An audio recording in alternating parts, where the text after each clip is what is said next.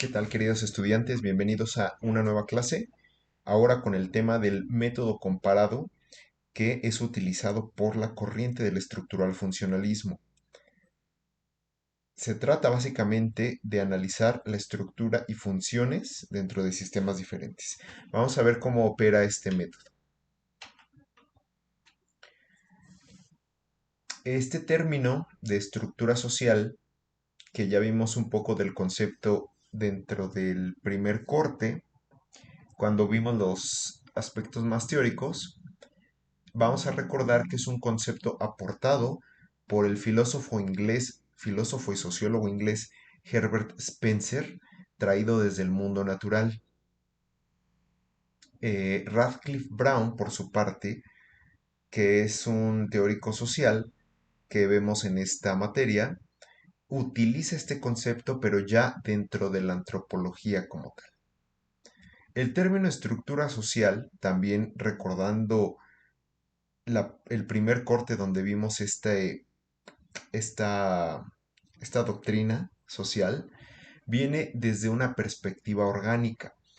Considera la sociedad como un organismo vivo, cuyas partes pueden ser separadas y diferenciadas.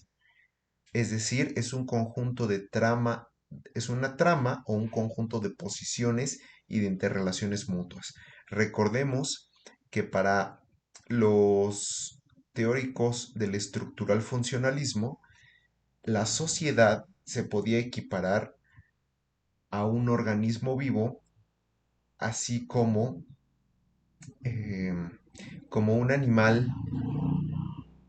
en su medio, como por ejemplo también los conjuntos celulares que tenemos adentro del cuerpo, el sistema nervioso, el sistema digestivo, el sistema óseo, todas esas son estructuras. Ujú. Un ecosistema en un bosque, en una selva, en un desierto, es también una estructura. Es, como dice aquí el segundo párrafo, una trama de posiciones y de interrelaciones mutuas que guardan un equilibrio. Entonces estos hombres finalmente trataban de comparar a la sociedad con los organismos de la naturaleza. Y bueno, finalmente el concepto de estructura social, pues también se incorpora en la sociología y en la antropología debido al uso ineficaz del concepto cultura de Malinowski. Este es un concepto que tomó fuerza en la primera mitad del siglo XX. Bronislaw Malinowski fue el padre de la antropología. En esta primera mitad del siglo pasado, él viajó a islas remotas en la región de Micronesia, a un lado de Oceanía. Empezó a estudiar culturas desconocidas. Ahí nace la antropología y el concepto de cultura va a ser muy importante porque es un concepto que va a explorar los significados que tenemos las personas en nuestras costumbres y en nuestras relaciones. Y esto va a estar íntimamente ligado con el concepto que nos importa en esta materia, que es estructura social. Ahora, ¿cómo funciona el método comparado y qué tiene que ver con estos conceptos? Dice un fragmento de su libro que seguramente has notado que al interior de las familias se pueden establecer normas de conducta distintas e inclusive contradictorias. ¿Tiene algo que ver la cultura en este fenómeno? ¿Qué tenemos que hacer como investigadores para estudiarlo? Las familias, la familia es una estructura. Sin embargo, las familias existentes, nada más dentro de un solo país, son muy diversas, son diferentes, pero todas siguen siendo familias y siguen compartiendo rasgos comunes. De esto se trata el método comparado, de justamente analizar estos aspectos tanto iguales como regulares. Entre la diversidad de hechos particulares, existen siempre ciertas regularidades, de modo que es posible establecer descripciones de ciertos rasgos generales de la vida social de una región determinada. En el caso de la familia, por ejemplo, un aspecto estructural que es igual es que hay una jefatura de familia, hay una cabeza de familia. Como ustedes vieron en su mini proyecto de investigación de las alcaldías, pues hay jefaturas masculinas, ¿no? Y hay jefaturas femeninas. Podríamos ver que en algunos casos esas jefaturas ni siquiera son por los papás, las llevan a cabo un abuelo, por ejemplo, un tío, y es aquí donde entran las variaciones, a pesar de que tenemos un piso común o una base común, que es la estructura familiar con una jerarquía y una jefatura. Entonces recuerden, siempre explorar hechos particulares diferentes dentro de regularidades.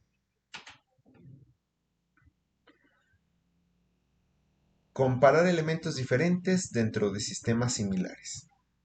Entonces, el método comparado tiene dos conceptos ineludibles que van a estar presentes siempre, con los cuales no puede dejar de trabajar. El primero es la estructura social, considerar que hay una estructura, es decir, un sistema con individuos y relaciones entre ellos. Eso vamos a entender por estructura social. Recordando que es un término que viene de las ciencias biológicas y que justamente trata de explicar todas estas interrelaciones entre los individuos. El otro concepto importante del método comparativo o comparado es el concepto de cultura. ¿Por qué? Al estar en ciencias sociales, bueno, en primer lugar, porque como vimos en la primera diapositiva, era el tiempo de la antropología y era el tiempo en que el concepto de cultura estaba encontrando dificultades para hacer dentro de la investigación social. En segundo lugar, porque la cultura es un concepto que explora, que quiere mostrarnos la red de significados en nuestras costumbres y nuestras prácticas cotidianas. Entonces, el término, ¿cómo vamos a explorar eso? Eh, Más bien, ¿cómo podríamos prescindir de eso al estar comparando estructuras sociales? Lo social pasa necesariamente por lo cultural. No siempre, pero en este caso del método comparativo va a ser muy importante. Entonces recuerden estos dos conceptos, estructura social y el aspecto cultural. Ahora, la estructura social tiene varios rasgos que ustedes van a abordar en su ejercicio de la semana. Son estos principales 6 rasgos de la estructura social. Los dos primeros reflejan su origen biológico, reflejan que es un concepto que finalmente vino del mundo natural, la morfología y la fisiología. La morfología es la forma, lo externo. En el caso del cuerpo, pues sería justo la forma de mi cuerpo. Ujú. La fisiología es lo contrario, es todo el conjunto de acciones internas de un ser. En la metáfora de mi cuerpo, pues la fisiología sería todo mi funcionamiento digestivo, mi funcionamiento nervioso, sanguíneo, cardiovascular, etcétera, etcétera. Entonces, si lo morfológico es la forma y lo exterior, aquí vamos a hablar del tamaño físico de los grupos, la forma de la constitución de la sociedad. Bueno, aquí se habla de la sociedad, pero recordemos que en el estructural funcionalismo muchas veces estudian grupos. Entonces, más que abarcar toda la sociedad, pues vamos a estar hablando de un grupo, por ejemplo. Grande, mediano, pequeño, no importa. ¿Qué tamaño tiene? ¿Qué forma? ¿En qué forma se reúnen o se organizan? Eso es la morfología. La fisiología, que da cuenta del aspecto interno, pues aquí vamos a analizar justo las dinámicas que tienen sus integrantes. Ahora, en las instituciones que componen esa estructura, institución, grábense institución como un concepto que es sinónimo de acuerdo. pero es un acuerdo tan importante que sobrevive en el tiempo por muchísimos años. Eso es una institución. Y después genera respeto y pesa muchísimo en la moral de una sociedad. Una institución es como un yunque, es algo que casi casi nació para quedarse. Difícilmente se modifica, mucho menos se destruye. En el caso de la sociedad en general, pues tenemos aquí que ponen el ejemplo de la religión, la familia, el gobierno. Difícilmente hay un país o una sociedad que no tenga estas tres. Ahora el concepto de roles. Rol es la función que realizan los individuos. Ejemplos, rol de gobernante, rol de trabajador, rol de empresario, rol de policía, de encargado de la seguridad, rol de juez, el juez imparte justicia. Entonces un rol siempre es una función. Y acuérdense que muchas funciones integradas hacen que un sistema social perdure en el tiempo. Así como cada célula dentro del cuerpo tiene una función específica que mantiene al cuerpo funcionando. Estatus, la ubicación que ocupan los individuos en la sociedad. Podemos hablar de estatus social, de estatus económico, ujú, principalmente esas dos. Y por último, el individuo. ¿Cuáles son los individuos que componen mi estructura social? Si mi estructura social es la familia, pues entonces los individuos serán hijo, hija, papá, mamá, abuela, etcétera.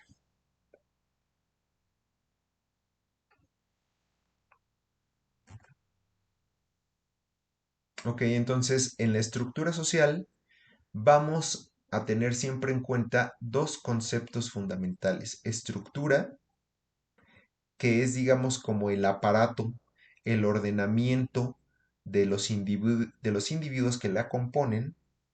Aquí no aparece, pero aquí estarían, por ejemplo, las instituciones. Entrarían forzosamente dentro de la estructura. Si yo hablo, por ejemplo, de cuál es la estructura dentro del gobierno mexicano, pues tendría yo que mencionar todas las secretarías de Estado, ¿no? Las instituciones que componen los tres poderes. Ahora, el término de función refiere al contexto histórico y a las funciones, sobre todo a las funciones, a las actividades. Estoy repitiendo el concepto. ¿Qué actividades realizan los individuos? ¿Cómo se comportan? ¿Qué papel desempeñan? ¿Qué lugar ocupan?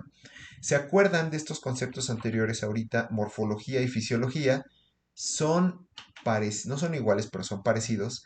La estructura será como la morfología, es decir, esos rasgos más macro, más generales, más externos. La función empataría con la fisiología en el sentido de dar cuenta de las dinámicas más internas, más específicas, cómo se llevan entre los individuos, qué tarea hace uno, qué tarea hace otro. Este es el ejercicio de la semana. Es un ejercicio interesante que les piden hacer un análisis de la estructura, un análisis comparativo de estructuras sociales o de una estructura social. En este caso del campo del deporte. Se presta muy bien el deporte porque el deporte está compuesto por reglas, por instituciones, por grupos, ¿no? Grupos de atletas, grupos de encargados de equipos, de autoridades deportivas. Entonces esto lo van a tener que contestar. Y les traigo yo un ejemplo para que les quede más claro. ¿Sale? Y el ejemplo deriva de uno de mis deportes favoritos que me encanta ver, soy fanático, y se trata de la gimnasia artística femenina. Entonces, ¿cómo sería un análisis comparativo que se fije en la estructura social dentro de la gimnasia artística femenina? Primero vamos a ver la estructura, esos pilares, esos ejes comunes a todos los equipos y todos los grupos de gimnasia en el mundo. Bueno, está compuesto por deportistas de baja estatura. La misma disciplina deportiva demanda que el atleta tenga baja estatura porque el punto de gravedad se conserva de manera mucho más fácil.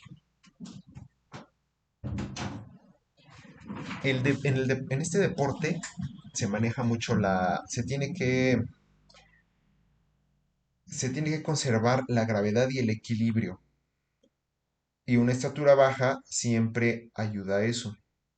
Esta disciplina obliga al atleta a mantener un porcentaje bajo de grasa en su cuerpo. Bueno, muchos deportes.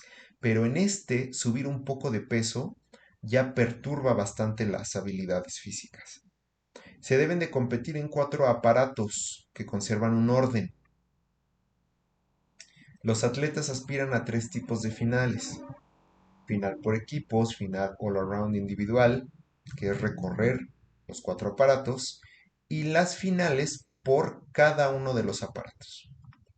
Y bueno, un aspecto importantísimo de la estructura de este deporte es el código de puntos, el cual es una especie de libro de compendio que aglutina todas las habilidades que hacen las gimnastas, cuánto valen, cuántas décimas valen y cuánto se les deduce si se hacen mal, si se ejecutan mal. Aquí tenemos un fragmento. Esto forma parte de la estructura. Esto sería parte de la morfología o de la fisiología. ¿Sería más una función o sería más bien una parte de la estructura? Piénsenlo para su ejercicio. Seguimos dentro de la parte estructural y tenemos que en este deporte se tiene que hacer un recorrido de 4 aparatos en un orden específico. No es al azar. Se comienza primero con el caballo, después las barras asimétricas, luego la viga de equilibrio y se finaliza la ronda con el piso o suelo, que tiene resortes abajo para ayudar a la gimnasta a ejecutar sus habilidades con mayor altura. Ahora, en la morfología de este deporte, bueno, como aspecto morfológico estructural, tenemos que los equipos se componen entre 5 y 6 integrantes. Pero ahora, ya atendiendo más a las funciones, a lo que pasa dentro, vemos que hay un ejercicio de clasificación donde son 5 integrantes las que trabajan en este momento clasificatorio en cada competencia. Luego vienen las finales. Cada gimnasta trabaja en sus mejores aparatos de acuerdo con un orden impuesto por su federación. No todas tienen que hacer todos los aparatos. Hay una facilidad o una tendencia natural de que varias gimnastas les guste o tengan más habilidad para un aparato que para otro. Entonces se acomodan así. Las acomoda su federación de esa manera. Mm, y bueno, también en la final tienen que haber 3 rutinas por aparato, o sea, en total 12. Esto se suma y define a los equipos ganadores.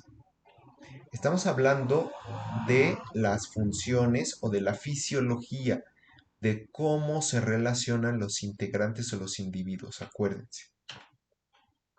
Ahora, como es un método comparativo, pues no podemos hablar de lo que es igual nada más. Tenemos que hablar también de lo que es diferente. Y aquí vamos a abordar los estilos, el patrón corporal, los énfasis en habilidades específicas y las fortalezas en aparatos. ¿Cuántos grupos vamos a comparar? 3. Y bueno, luego vamos a meter a Rumania también. Pero bueno, tenemos aquí 3 sistemas diferentes dentro de la estructura social llamada gimnasia artística femenina. Tenemos 3 grupos o sistemas a comparar: el ruso, el estadounidense y el chino. Entonces vean más o menos, esto es un ejemplo muy sencillo, muy escueto y simple de cómo trabaja el método comparativo. Tenemos que comparar las mismas cosas, porque también si comparamos cosas diferentes, pues no se conectan esas partes. Ujú. Entonces empezamos primero, habíamos dicho que los estilos. La gimnasia rusa tiene una base de ballet clásico, que es históricamente originario de Rusia.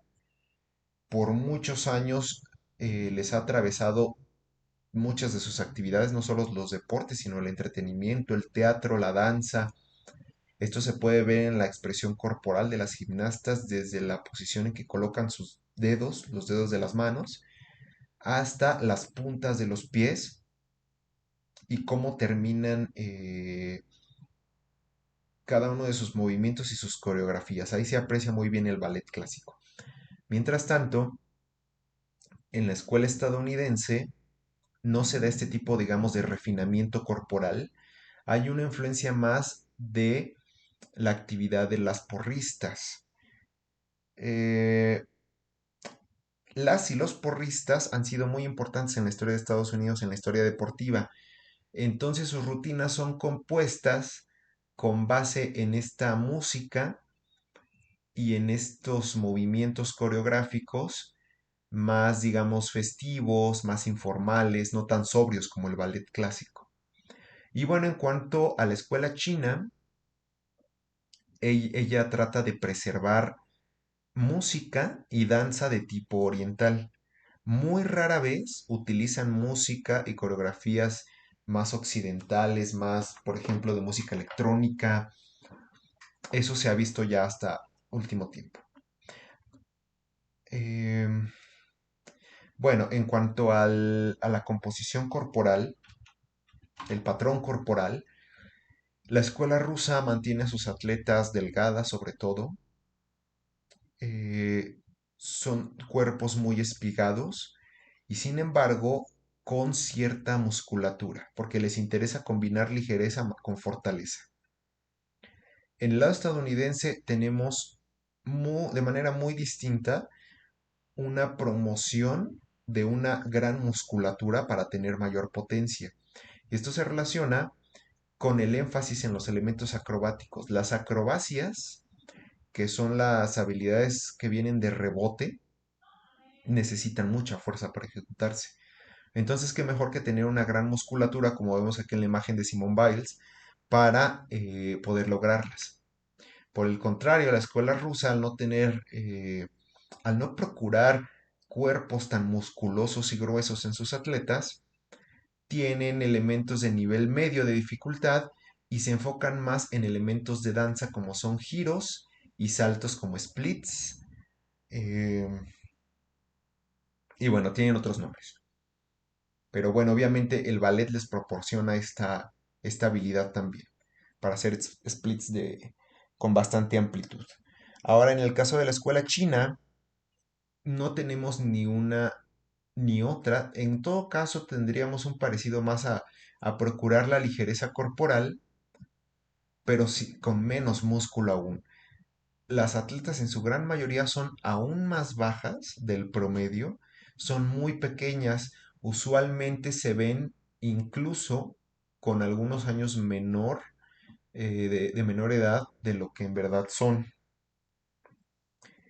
Entonces, mientras algunas se concentran en giros y saltos, elementos dancísticos y otras en elementos acrobáticos, eh, la escuela china, digamos que combina un poco de ambas y tiene un énfasis en el uso de piruetas en barras y giros en suelo.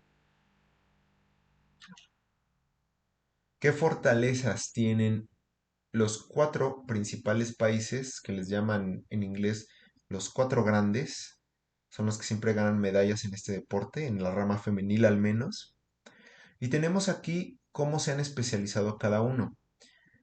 Rusia en las barras asimétricas. Hasta el año 2000 Rusia era excelente en los cuatro aparatos, pero ahora ha bajado un poco su nivel de desempeño. Las norteamericanas son fuertes justo en los aparatos que necesitan mayor potencia, mayor efecto de rebote y de empuje, que son el salto y el piso. La escuela china, por el contrario, hacer cuerpos muy delgados, muy ligeros, con poca musculatura, pero gran flexibilidad, son más fuertes en los aparatos que justo exigen menor potencia, pero donde conviene muchísimo este tipo de cuerpos, que son las barras asimétricas y la viga de equilibrio. La escuela rumana, por su parte, tiene también ha tenido una combinación entre, entre estos dos factores, y sus principales aparatos son la viga y el suelo, sobre todo la viga de equilibrio.